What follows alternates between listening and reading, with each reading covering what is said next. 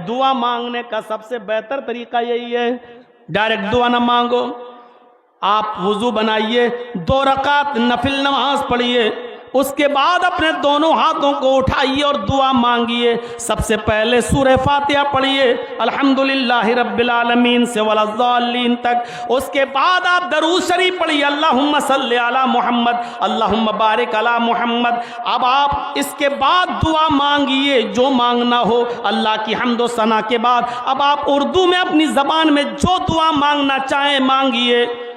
अल्लाह हमारे भाई को कैंसर है, अल्लाह तू शिफा अता फरमा।